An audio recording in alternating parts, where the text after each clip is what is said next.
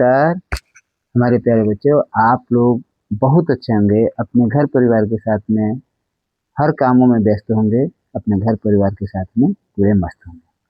आज हम एक क्लास 10 का कक्षा 10 का, जिसमें अध्याय 3 में दो चर वाले रैखिक समीकरण युग्म जो अध्याय है, इसमें हम लोग इस अध्याय का परिचय पढ़ेंगे।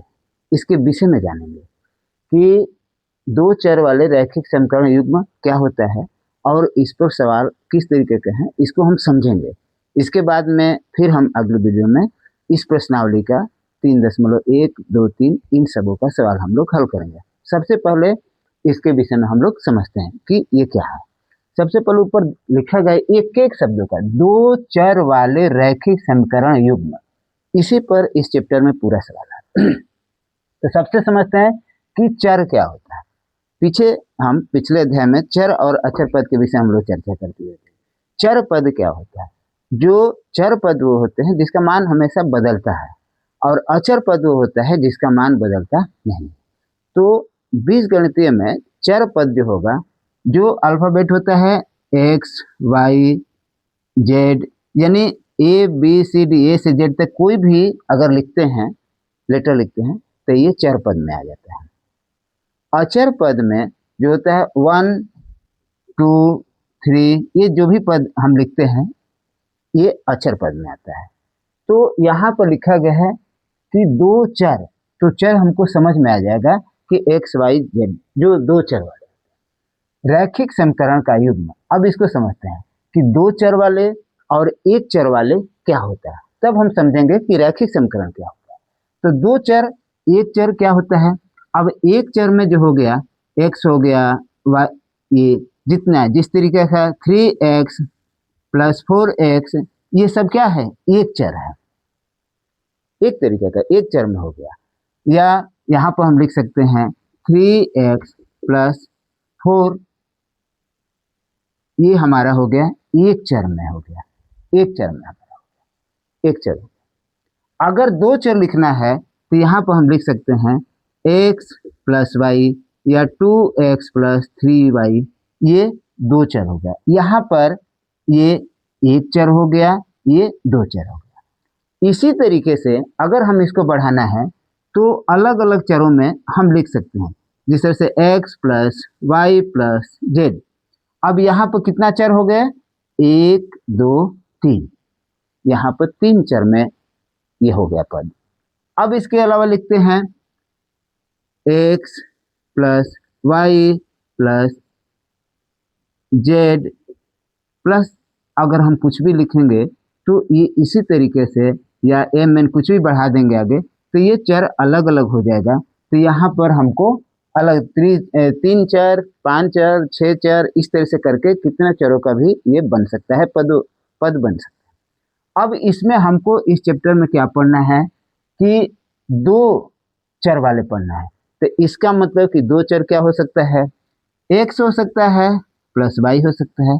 इस तरीके का दो चर वाला ही समीकरण को हमको पढ़ना है। अब इसमें आगे पढ़ते हैं कि ये समीकरण क्या है, पहले इसको देख लेते हैं। समीकरण क्या है? जिसमें दो बीजीय व्यंजक बराबर होते हैं। अब कैसे?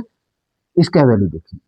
अब एक चर में जिस तरीके का समीकरण हमको लिखना है, जिसे x + 3 = 5 अगर लिखा गया है, इसका मतलब कि x का कोई मान यहाँ पर रखा जाएगा कि इधर भी ये दाहिने साइड में दोनों बीजीय व्यंजक हो जाएंगे बराबर। तो अगर हम x का मान 2 रख दें तो 2 धन 3 = 5, ये हमारा जो हो जाएगा एक समीकरण बन गया। और इसका मान हमने रख दिया 2, तो दोनों तरफ क्या हो गया? बराबर।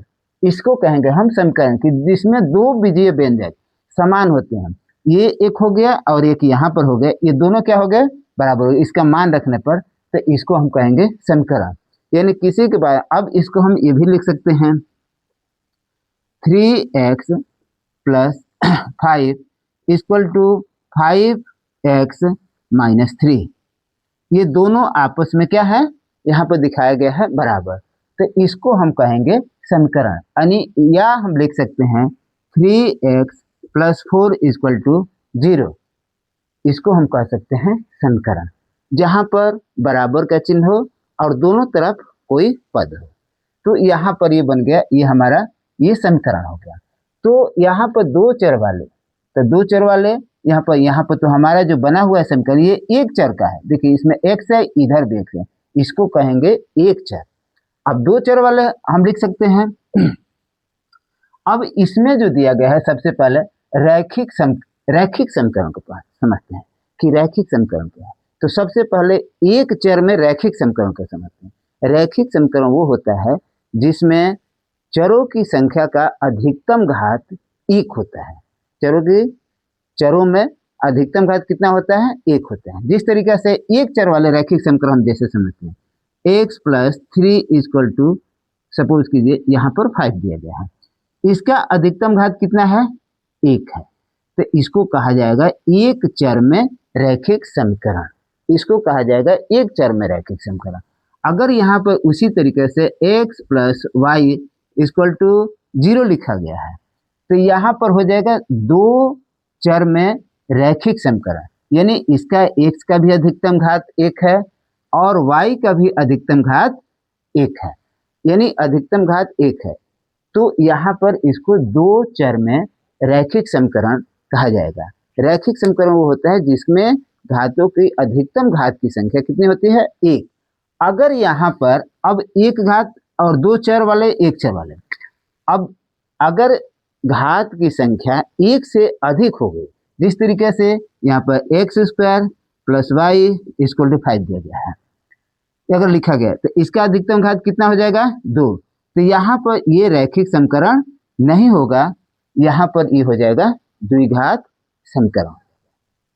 तो रैखिक समीकरण के लिए हमको घातों की संख्या क्या होनी चाहिए? 1 होनी चाहिए। तो हम लोग दोनों पढ़ लिए कि चर क्या होता है, अचर क्या होता है।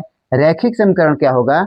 जिसमें घातों की संख्या 1 होगी। हम इसको रैखिक समीकरण, अब यहाँ पर देखते हैं कि एक चर में रैखिक समीकरण, केवल एक चर वाले ही समीकरण जिसकी अधिकतम घात क्या हो? 1 हो। अब जिस तरीके से इसको हम एक चर वाले रैखिक समीकरण को ax + b = 0 लिख सकते हैं। ये क्या है? x का गुणांक है, तो हम यहाँ पे इसको इस तरह भी लिख सकते हैं 3x + 5 = 0, इसको ये भी लिख सकते हैं। या यहाँ पर x + 3 = 0, ये भी हमारा रैखिक समीकरण हो गया एक चर में। या x + 3 = 2 - 5x, ये भी हमारा हो गया एक चर में रैखिक समीकरण, क्योंकि इसमें घातों की संख्या कितनी है? 1 है और चर की संख्या कितनी है? 1 है। जिसमें चर की भी संख्या 1 हो, घातों की भी संख्या 1 हो, उस तरीके का ऐसे समीकरण को हम एक चर में रैखिक समीकरण कहा जाता है। अब आगे ये दो चरों में रैखिक समीकरण, इसमें क्या होगा? दो चर, इसमें दो चर होगा। तो दो चरों में जिसमें कोई भी दो चर हो सकते हैं, जिस तरीके से x y कोई भी हो सकता है, x हो, y हो, m हो, n हो, कोई भी दो चर हो, उसको लिखा जा सकता है। अब इसको किस रूप में लिखा जाता है? इसका देखिए कि दो चर में रैखिक समीकरण को हम ax + by + c = 0 के रूप में लिख सकते हैं। जहां पर क्या है कि a, यहाँ पे देखिए, जहां पर a जो है, b जो है और c ये अचर पद है, यानी कोई संख्या है। जहां पर इसको हम इस तरह से भी लिख सकते हैं 3x + 5y + 6 = 0, ये कुछ भी लिखा जा सकता है जो इसका गुणांक है। इसको कहा जाएगा दो चर वाले रैखिक समीकरण। तो दो चर वाले रैखिक समीकरण का यही इसी रूप में रहता है, ax + by + c = 0 के रूप में होता है। जहां पर क्या होगा कि a, b और c क्या है? अक्षर पद है। इसको इस रूप में लिख सकते हैं। तो ये हो जाएगा दो चरों में रैखिक समीकरण। अब आगे देखते हैं दो चरों वाले रैखिक समीकरण के युग्म। युग्म मतलब कि जोड़ा। अब इसमें दो समीकरण ऐसा होगा जो कि दो चर में रैखिक समीकरण होगा। तो दो समान चर में दो रैखिक समीकरणों को दो चर वाले रैखिक समीकरण के युग्म कहते हैं। जैसे अब दो समीकरण होगा, तो अब देखिए इसका पहला जिस तरीके से रूप हो गया कि ax + by + c = 0। ऐसा ही अगर एक और भी कोई हो, ax प्लस यहाँ पर b y plus c equal to 0। तो दो समीकरण, तो इसका हम मान रख सकते हैं a1, इसका a2 लिख सकते हैं, ये b1 इसका b2 लिख सकते हैं, c1 इसका c2 लिख सकते हैं। इस तरीके के हमारा दो समीकरण हो गए। कोई भी इसमें क्या है कि रैखिक समीकरण इसलिए है क्योंकि इसमें भी x का घात 1 है, इसका भी पावर 1 है, और x का ये है और इस y का भी 1 है। तो ये चर कितना है? 2 है, एक x है दूसरा y है। तो दो चर में रैखिक समीकरण 2 हो गए, दोनों में समान है, दोनों समीकरण में x इसमें भी है, x इसमें भी है, y इसमें भी है, y इसमें भी है। तो दो समान चर भी हो गया और दो रैखिक समीकरण हो गया। इन दोनों को हम रैखिक समीकरण का युग्म, युग्म मतलब जोड़ा कहते हैं, जिसको हम किसी रूप में भी लिख सकते हैं कि यहाँ पर 4x plus 5y plus 10 equal to 0, और फिर दूसरा भी लिख सकते हैं इस रूप में 3x plus 7y plus 12 equal to 0। ये समीकरण 2 हो गया। तो इस तरीके के समीकरण को हम क्या कहेंगे? दो चरों वाले रैखिक समीकरणों के युग्म, जिसमें देखिए अब a1, b1 और c1, तो इसमें a1 का मान हो जाएगा 4, b1 का मान हो जाएगा 5 और c1 का मान हो जाएगा 10 इक्वल टू 0। फिर नीचे वाले दूसरे समीकरण में उसी तरीके से हम लिख सकते हैं a2 का मान हो जाएगा 3 और b2 का मान हो जाएगा 7 और c2 का मान हो जाएगा 12। तो इन दोनों समीकरणों को हम क्या कहेंगे? दो चरों वाले रैखिक समीकरणों के युग्म, जिसमें कि दोनों क्या है? समान चर है, x इसमें भी है, x इसमें भी है, y इसमें भी है, y इसमें भी है। इस तरीके का हम लोगों ने इसमें देख लिया कि दो चर वाले रैखिक समीकरणों के युग्म क्या होता है। अब इसमें अगला पॉइंट आगे हम देखते हैं, इसका अगला। अब ये देखते हैं दो चरों में रैखिक समीकरण का हल। अब समीकरण का हल से क्या मतलब है? अब यहाँ पे देखते हैं ये कि x तथा y के मानों का युग्म जो समीकरण ax plus b y plus c equal to 0, जहाँ a equal to not 0, b equal to not 0 को संतुष्ट करता है, रैखिक समीकरण का हल कहलाता है।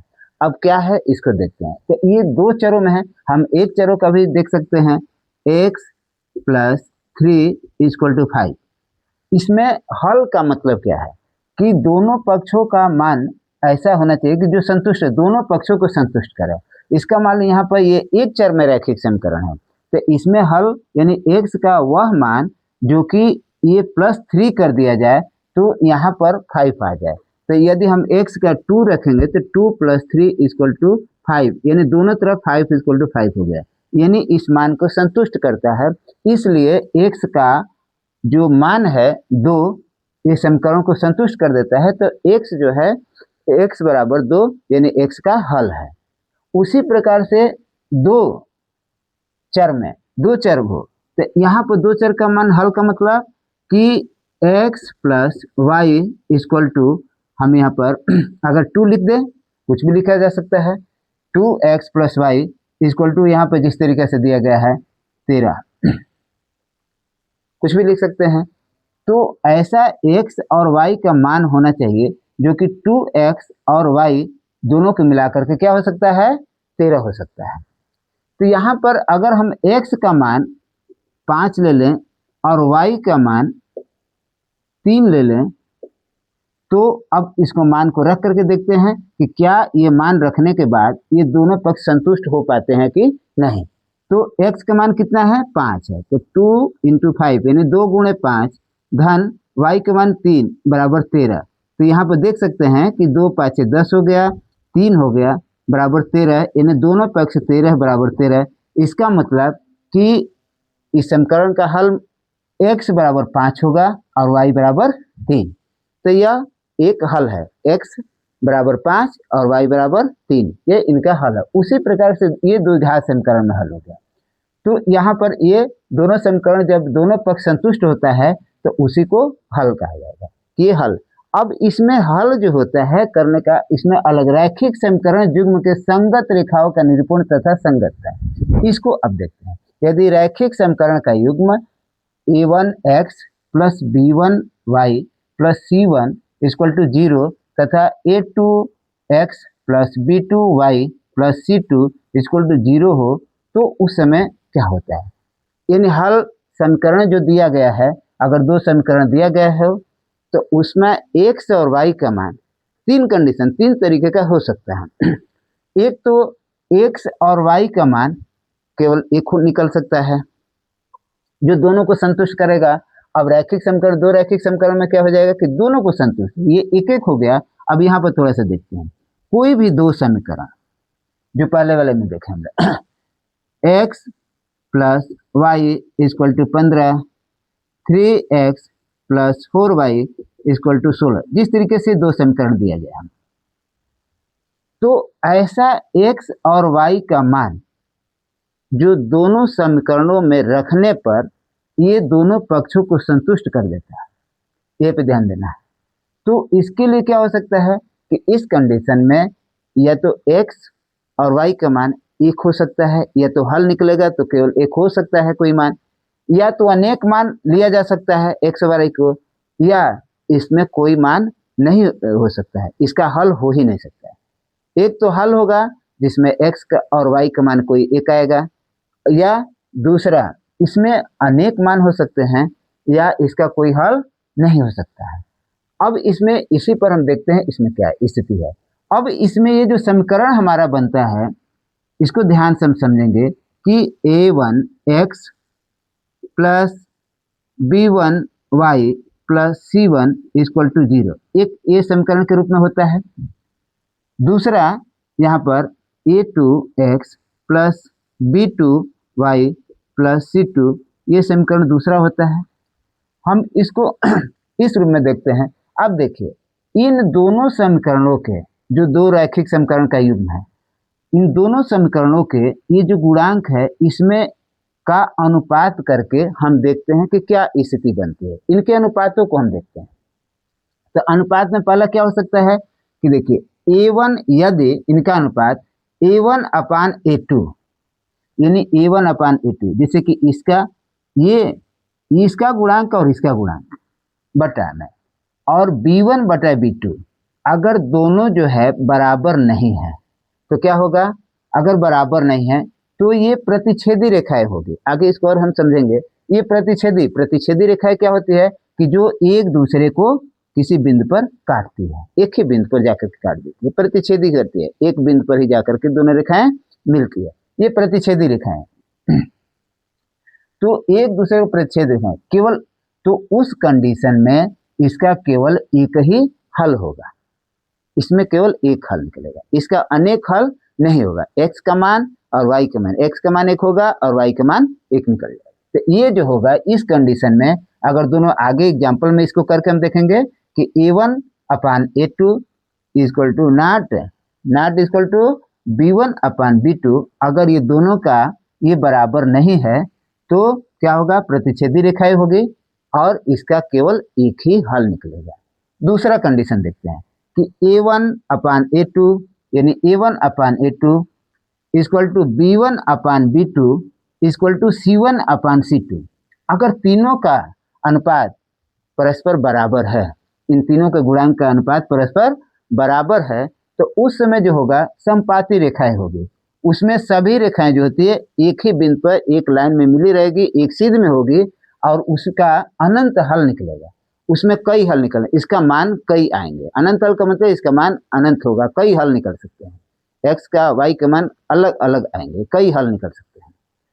तीसरा a1 upon a2 equal to b1 upon b2, ये बराबर नहीं है किसके, c1 और c2 के, तो उस समय क्या होगी, समांतर रेखा होगी और इसका कोई हल नहीं होगा। यानी इसमें x और y के मान दोनों समीकरण का कोई हल नहीं निकलेगा। कोई एक ऐसा मान नहीं आएगा कि जो x और y का मान, कोई भी x बराबर जो माना जाए यहाँ पर और y का भी मान कोई आ जाए जो कि दोनों समीकरणों में रखने पर इसके दोनों को संतुष्ट कर दे, ऐसा कोई नहीं होगा।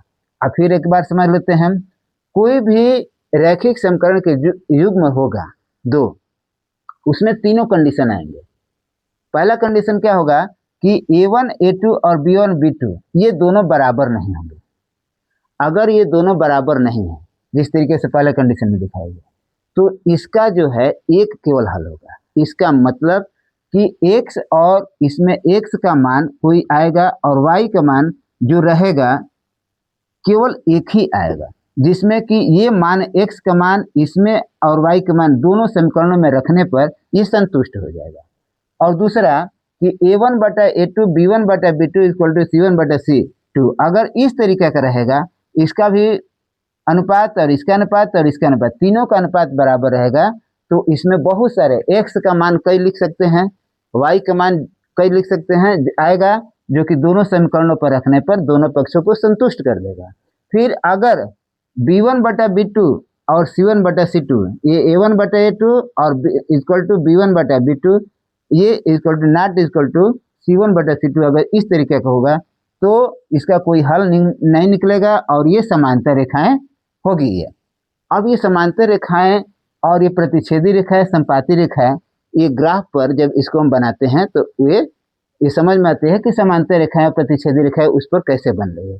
तो ये अगले चैप्टर में 1 में इसे दिया गया है इस विधि से करने के लिए। तो बशर्ते इस पर सवाल है, इसको हमको ध्यान में रखना है कि इस कंडीशन को तुलना करके हम बताएंगे कि वो प्रतिच्छेदी रेखा है और कितने हल निकलेंगे। जैसे कि एक एग्जाम्पल में देखते हैं, यहाँ पर दिया गया है कि 3x minus 5y plus 8 equal to 0, 7x plus 6y minus 9 equal to 0, ये 2 है। अब इसमें पूछा जाए कि इसका हल बताइए कौन सा हल होगा। और तो यहाँ पर अगर करके देखेंगे तो देखिए ध्यान से, 3, ये a1 का मान कितना है, यहाँ पर a1 का मान हो जाएगा 3 और a2 का मान हो जाएगा 7। तो यहाँ पर हम लिख सकते हैं a1 का मान, यानी a1 का मान कितना हो जाएगा 3 और a2 का मान कितना हो जाएगा 7। अब अगर इक्वल टू करें, अब यहाँ पर देखिए b1, तो b1 का मान कितना हो जाएगा -5 और यहाँ पर b2 का मान कितना हो जाएगा, इसमें 6 हो गया। तो इसमें जो है हम देखने से पता चल रहा है कि ये दोनों इक्वल नहीं है, यानी इस समीकरण में a1 बटा a2 और b1 बटा b2 ये दोनों इक्वल नहीं है, यानी दोनों बराबर नहीं है। तो इस समीकरण का जो हम हल निकालेंगे तो x और y का मान 1 आएगा, यानी एक ही हल इसका होगा। और ये रेखाएं क्या होगी, प्रतिच्छेदी रेखाएं। इसी तरीके से हम तुलना करके ये बता सकते हैं कि उसका हल कितना होगा और कैसी रेखाएं उस पर बनेगी। अब आइए देखते हैं कि रैखिक समीकरण को हल करने की कई विधियां हैं, कि रैखिक समीकरण को हम किन किन विधियों से हल कर सकते हैं। तो सबसे पहले उसको देखते हैं कि रैखिक समीकरण को हल करने की विधियां। अब लिखते हैं रैखिक समीकरण को, रैखिक समीकरण को हल करने की विधियां, हल करने की विधियां। इसको रैखिक समीकरण को हल करने के लिए मुख्य रूप से 2 विधियां है। जो पहला जो है फर्स्ट है ग्राफीय विधि। पहला क्या है, ग्राफीय विधि। इसको हम अगले चैप्टर में पढ़ेंगे। ग्राफीय विधि, ग्राफीय विधि द्वारा हम रैखिक समीकरण को हल करते हैं, जो ग्राफ पेपर भी बनाते हैं। दूसरा जो है बीजगणितीय विधियां। दूसरा जो है बीजगणितीय विधियां, बीजगणितीय गणितीय विधियां या विधि, बीजगणितीय। पहला जो है ग्राफीय विधि, दूसरा बीजगणितीय विधि, 2 विधि है। अब बीजगणितीय विधि में हम आगे देखते हैं, इसमें 3 तरीके से हम हल कर सकते हैं। जिसमें पहला क्या है, पहला है प्रतिस्थापन विधि। प्रतिस्थापन विधि जो इस पर 3.3 प्रश्नावली 3.2 पर सवाल प्रतिस्थापन विधि से ही ये रैखिक समीकरणों को हल करना है, प्रतिस्थापन विधि। दूसरा विलोपन विधि, विलोपन विधि। और तीसरा जो है वज्र गुणनखंड विधि, वज्र गुणन वज्र गुणन खंड विधि। इन विधियों द्वारा हम रैखिक समीकरण को हल कर सकते हैं। तो पहला क्या हो गया, ग्राफी विधि। दूसरा बीजगणितीय विधि। बीजगणितीय विधियों में प्रतिस्थापन विधि, विलोपन विधि और वज्र गुणनखंड विधि से हल करने को दिया गया है। तो इसमें अगले में ग्राफी विधि भी है। अगले 3.2 प्रश्नावली में उसमें जो है प्रतिस्थापन विधि है, उसके आगे विलोपन विधि से हल करना है, फिर वज्र गुणनखंड विधि से हल करना है। जो ये परीक्षा में भी इसमें सवाल बहुत सारे आते हैं। तो मुझे पूर्ण विश्वास है कि ये हमारा ये अध्याय का चैप्टर का 3 का ये पूरा हम परिचय पढ़ चुके, जान लिए, और इसी के तहत में पूरे इस चैप्टर में सवाल आएंगे और हम अगली वीडियो में 3.1, 3.2 और आगे वाले चैप्टर का सवाल ये प्रश्नावली को हम लोग पढ़ेंगे और देखेंगे। मुझे पूर्ण विश्वास है कि आप लोग इसका परिचय पूर्ण रूप से समझ गए होंगे। और यह वीडियो अच्छी लगी तो लाइक करें, अपने दोस्तों में शेयर करें और चैनल को सब्सक्राइब करें। और धन्यवाद, बहुत बहुत धन्यवाद।